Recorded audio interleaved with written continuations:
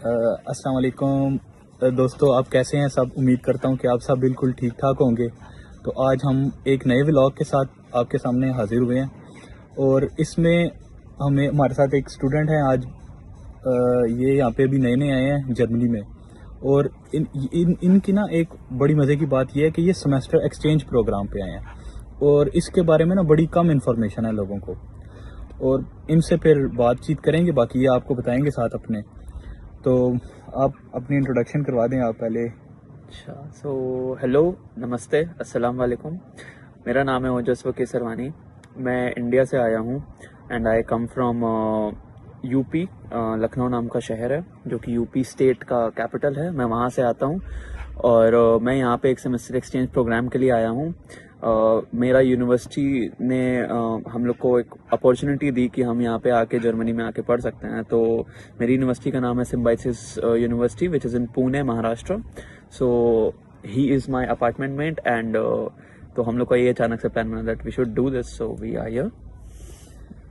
अच्छा, तो जिसवा आपका ये तो इंट्रोडक्शन हो गया। आप ये भी बताएं कि आपकी डिग्री कौन सी थी और आपने पीछे जो आपका बैकग्राउंड है कौन सा बैकग्राउंड है। ओके, सो मैं अभी जो मैं कर रहा हूँ वो है MBA इंडिया के अंदर।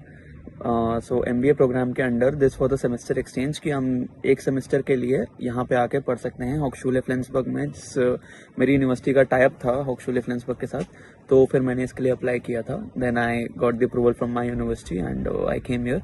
And my background is I am a BTech computer science engineer and after that I've been working for a year and then I plan to do an MBA. So I'm doing my MBA and right now I'm here sitting with Aman. अच्छा, और अभी आपका कौन सा semester चल रहा है वैसे।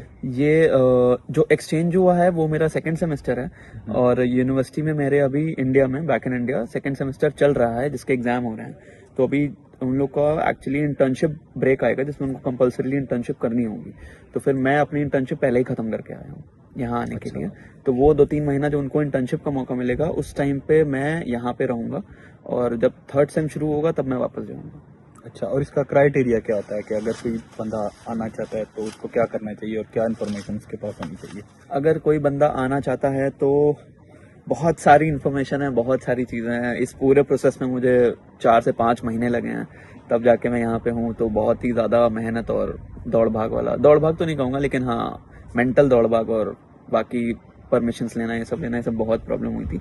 बट यस, हैं काफ़ी चीज़ें हैं इन सबसे चीज़ से रिलेटेड, तो डिस्कस करते हैं उसको आगे हम लोग।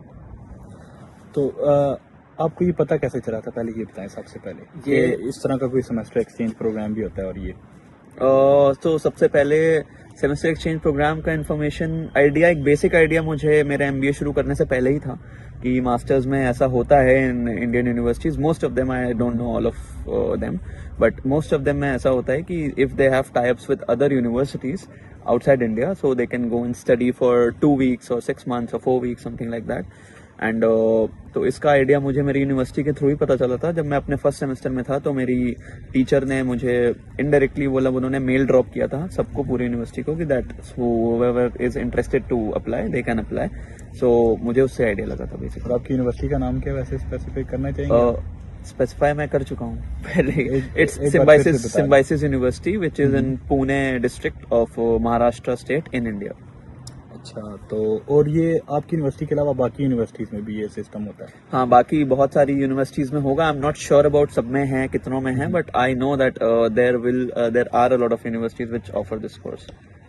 अच्छा, और ये जो सिम्बायोसिस आपकी जो यूनिवर्सिटी है, हाँ, ये पब्लिक यूनिवर्सिटी है या government it's a private university. अच्छा, प्राइवेट यूनिवर्सिटी। तो प्राइवेट यूनिवर्सिटीज के लिंक होते हैं यहाँ पे यूनिवर्सिटीज। हाँ, प्राइवेट यूनिवर्सिटीज और बहुत सारी गवर्नमेंट यूनिवर्सिटीज के भी लिंक होते हैं। फॉर एग्जांपल IIMS जो होते हैं, Indian institute of management in India, they also provide semester exchange programs. The point is with whom they have their tie-ups with, and yeah, so that's it all about it. और जब आप यहाँ पे आए हैं तो आपको पे ब्लॉक अकाउंट भी वैसे ही पे करना पड़ा है, और कितना ब्लॉक अकाउंट पे करना पड़ा? तो यहाँ पे मैं आया हूँ 6 महीने के लिए, अपेरेंटली 5.5 महीने के लिए। तो मैंने 5 महीने का ब्लॉक अकाउंट तैयार करवाया था वहाँ से। तो मुझे 5174 यूरोज देने पड़े थे, जिसमें 100 यूरो का सिक्योरिटी है और 84 यूरोज का शायद 74 यूरोज का ट्रांजैक्शन चार्जेस लगे थे जो एडिशनल थे on Expatrio platform, as you know. ठीक है, तो उसके through I give like 5174 euros. और हेल्थ इंश्योरेंस वगैरह इसके अलावा वो आपको नॉर्मली जो होता है, हेल्थ वो- इंश्योरेंस वगैरह के लिए मुझे एडिशनली अप्लाई करना था, but it was all through the Expatrio thing, Expatrio। So it was easier that way. Expatrio का अगर आपको इसके बारे में कोई जानना है तो इसकी मेरे पास जो भी इंफॉर्मेशन है वो वीडियोस जो है ना मैं डिस्क्रिप्शन में डालूंगा कि कैसे आप ब्लॉक अकाउंट वगैरह जो है ना कर सकते हैं। इसके अलावा आपका जो ये अकोमोडेशन है, क्योंकि आपके पास स्टूडेंट एंड वर्क की अकोमोडेशन है और मेरे ख्याल से सबसे चीपेस्ट यही होती है और अच्छी यही पड़ती है एक स्टूडेंट को जो भी पाकिस्तान इंडिया से आ रहा है। सैंडबर्ग जिंदाबाद। सैंडबर्ग कैंपस में आप रह रहे हैं। तो इसका क्या प्रोसीजर था, इसका आपको कैसे पता चला था? इसका प्रोसीजर ये था कि ऑब्वियसली अगर हम लोग आ रहे हैं किसी दूसरी जगह पे तो फिर हम लोग को अकोमोडेशन भी देखना है कि कैसे रहना है। तो फिर हम लोग continuously we were touch with the international office in हॉक्सशूले Flensburg, so we asked for what are the accommodation arrangements here in फ्लेंसबर्ग।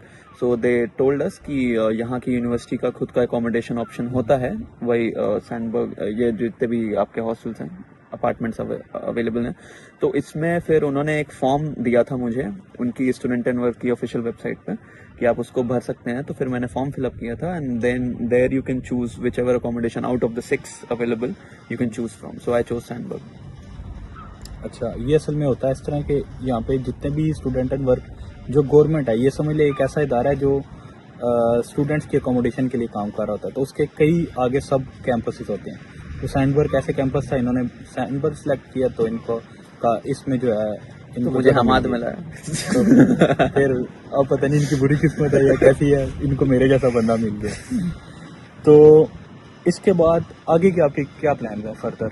अभी फर्दर प्लान्स मेरे अभी तो फर्दर प्लान्स तो क्या ही बोलूं, मतलब इतना फास्ट पेस चीज़ें चली हैं कि मैं 2025 के जून में अपने कॉलेज पहुंचा हूं, ठीक है, और अगस्त में मुझे यहाँ का पता चला और फरवरी में मैं यहाँ हूँ, तो हर 6 महीने में कुछ ना कुछ बड़ा ट्रांजिशन होता जा रहा है। तो फ्यूचर प्लान्स तो अभी फिलहाल यही हैं कि अभी यहाँ पे हूँ तो अभी यहाँ पढ़ाई करनी है, दम लगा के जोर लगा के अच्छे नंबर लाने हैं और फिर वापस जाके अपना डिग्री कंप्लीट करना है, एक अच्छा जॉब करना है और फिर हो सके तो जर्मनी वापस आना है। लेकिन ये देखें अभी आप इधर आए हैं, आपको ये एक बड़ा एज मिल गया है। एक तो आपकी वीज़ा हिस्ट्री बन जाएगी कि आपने पहले ट्रैवल किया हुआ है जर्मनी में, दोबारा वीज़ा हासिल करना आपके लिए कंपैरेटिवली आसान होगा, रिजेक्शन के चांसेस काफ़ी ज़्यादा कम हो जाएंगे। ओके। दूसरी बात ये कि अभी आप खुद इधर से होके खुद चीज़ें देख के जा रहे हैं, तो जब आपने दोबारा आना होगा आपको पता होगा चीजें कि आसान हो आपने जाएंगी। क्या काम जो अभी आप नहीं करके आए वो करके आने हैं, जिसमें सबसे पहली क्या चीज़ है? German language. हाँ, जर्मन लैंग्वेज बहुत ज़्यादा इम्पोर्टेंट है। यहाँ पे आ रहा है कोई भी इंसान तो I would suggest at least A2 level करके आए, जहाँ से भी आप आ रहे हैं, इंडिया पाकिस्तान हो कोई भी देश हो उससे फ़र्क नहीं पड़ता है, लेकिन German is very important here.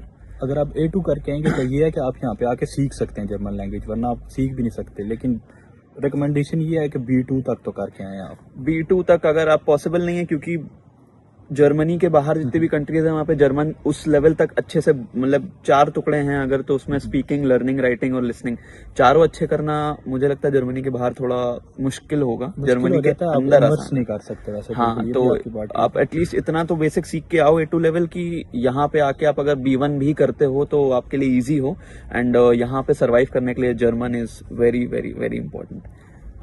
ये भाई की राय इस तरह से है क्योंकि उन्होंने A2 नहीं की हुई थी, मैं A2 करके आया था और जो मेरे साथ फिर यहाँ पे हुई है, तो उसके बाद मुझे लगता है कि B2 कम से कम करके आना चाहिए। क्या पता कोई B2 वाला है तो वो कहे कि C1 करके आना चाहिए। तो कहने का मकसद ये है कि आप जितनी ज्यादा लैंग्वेज को बेटर करके आएंगे तो उतना ही आपको यहाँ पे अपनी सहूलियत आपकी लाइफ में होगी यहाँ पे जब आप आओगे। मुझे याद है मैं A2 करके आया था और मुझे तब भी जब मैं तो बोल लेता था, आगे वाले जो बोलते थे मुझे कुछ समझ नहीं आती थी, और क्योंकि वो बिल्कुल सिंपल सेंटेंसेस बनाने आए थे तब, तो जब ये कॉम्प्लेक्स बोलते थे और मुंह खोल के बात करते थे ये लोग, चबड़ चबड़ चबड़ चबड़ चबड़ तो वैसे ही उनका एक्सेंट ही देख के ना मेरी बात हो जाती थी, वहीं पे गिव अप कर जाता था। तो आप B2 देने के बाद आपको क्या लगता है, आपको एक्सेंट समझ लेते हैं नेटिव्स का?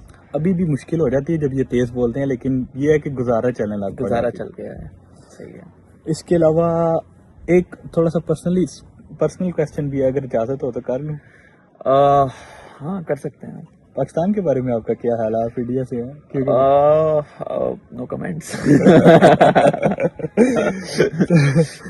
तो पाकिस्तान का तो पता नहीं है, लेकिन एक पाकिस्तानी के साथ तो मैं रह रहा हूँ, तो अभी तक तो मेरा एक्सपीरियंस अच्छा रहा है। लेकिन अभी तो मुझे सिर्फ 2 हफ्ते हुए हैं, आने वाले टाइम पे कुछ भी हो सकता है, मुझे नहीं, पता नहीं पहले है। अभी शुरू में आए हैं तो बच्चे को भगाना तो नहीं है ना, तो शुरू में प्यार से होते आहिस्ता आहिस्ता रंग दिखाएंगे अपने। हाँ हाँ, वो इंडिया में कहते हैं ना, बकरे को हलाल करने से पहले खाना खिलाया जाता है। लोग सारी तरफ एक ही जैसे होते हैं, ये गवर्नमेंट का मसला होता हाँ, है। तो ये चीज मुझे रियलाइज हुई यहाँ पे आके, क्योंकि केवल आप ही नहीं है जो एक पाकिस्तानी जिनको मैं जानता हूँ, आपके फ्रेंड्स हैं जितने भी सराउंडिंग में हैं, तो Pakistani people are actually helpful here when I have seen and met one in Germany, क्योंकि इंडिया में तो कभी मुलाकात हुई नहीं।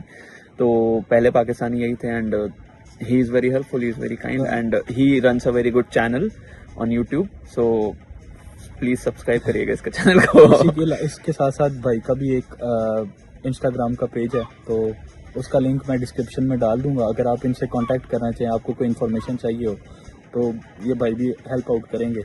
हाँ जरूर। और इसके अलावा आप इनके चैनल को फॉलो करें, इन्होंने भी डिसाइड किया ये उस पर कंटेंट जो है ना अपलोड किया करेंगे, तो उम्मीद है आपको कोई फ़ायदा होगा। और इसी के साथ हम अपना जो आज का ये सेशन है पॉडकास्ट का, इसको हम एंड करते हैं और मिलते हैं आपसे अगले व्लॉग में। तब तक लाइक शेयर एंड सब्सक्राइब।